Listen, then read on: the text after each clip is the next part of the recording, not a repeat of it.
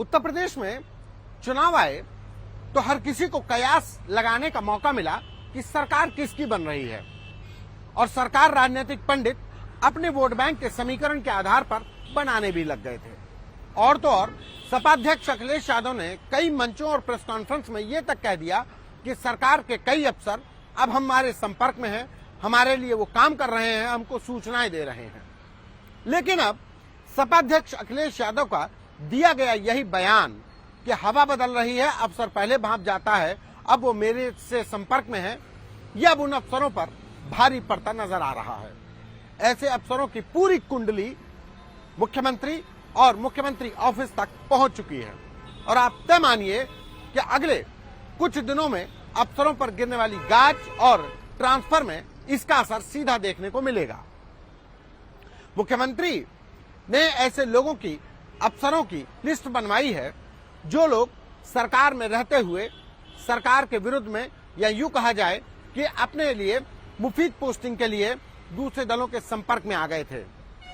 बहरहाल इसकी आधिकारिक पुष्टि कहीं से नहीं हुई है, लेकिन ऐसी सूची बना दी गई है और इसका असर भी देखने को मिला।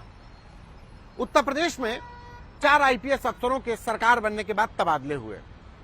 इन 4 आईपीएस अफसरों में 2 अफसर ऐसे थे जिनको बताया जाता है कि ये समाजवादी पार्टी के खेमे के अफसर हैं। हालांकि इनका अपना ट्रैक रिकॉर्ड बेहद शानदार रहा। ये जिस जिले में रहे, जिस पोस्टिंग पर रहे, वहां पर इन्होंने कई नए इनोवेशंस किए, लेकिन इनके बारे में यही धारणा है। ये 2 अफसर हैं, एडीजी नवनीत सिकेरा और DIG Dharmendra Singh. Navneet Sequeira encounter specialist रहे हैं। कई जिलों में, खास करके पश्चिमी उत्तर प्रदेश में अपहरण के उद्योग को, जो फिरौती का उद्योग था, उसको नेस्तनाबूद करने वाले अफसरों में शुमार किया जाता है नवनीत सिकेरा का नाम। उत्तर प्रदेश में वुमेन पावर लाइन यानी 1090 की सेवा की शुरुआत भी नवनीत सिकेरा के द्वारा की गई। पिछले ही सरकार में यानी योगी आदित्यनाथ फर्स्ट सरकार में नवनीत सिकेरा हाउसिंग डेवलपमेंट या पुलिस रेगुलेशन जैसी साइड पोस्टिंग जगहों पर रहे, वहां पर आईजी और एडीजी रहे। लेकिन अब उनको एडीजी पीटीसी उन्नाव भेज दिया गया, police training school Unnao PTS Unnao भेज दिया गया, लखनऊ से उठाकर वो वहां भेजे गए हैं। इसको भी पनिशमेंट पोस्टिंग की चर्चा मानी जा रही है कि पनिशमेंट पोस्टिंग ही मिल गई है। दूसरा नाम Dharmendra Singh, DIG rules and manual थे, लेकिन अब उनको डीआईजी आरटीसी चुनार बनाकर भेजा गया है। आरटीसी चुनार एक ऐसी जगह है जहां पर कहा जाता है कि वहां पर पनिशमेंट पोस्टिंग के तौर पर ही अफसरों को भेजा जाता है। धर्मेंद्र सिंह एसएसपी गाजियाबाद रहे।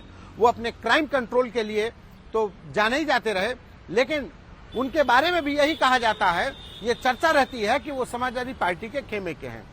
ये अलग बात है कि उनके कामों को लेकर के तमाम बार सरकार कोई भी रही हो, उनको प्रशंसा मिली, कई बड़ी घटनाओं का खुलासा भी हुआ।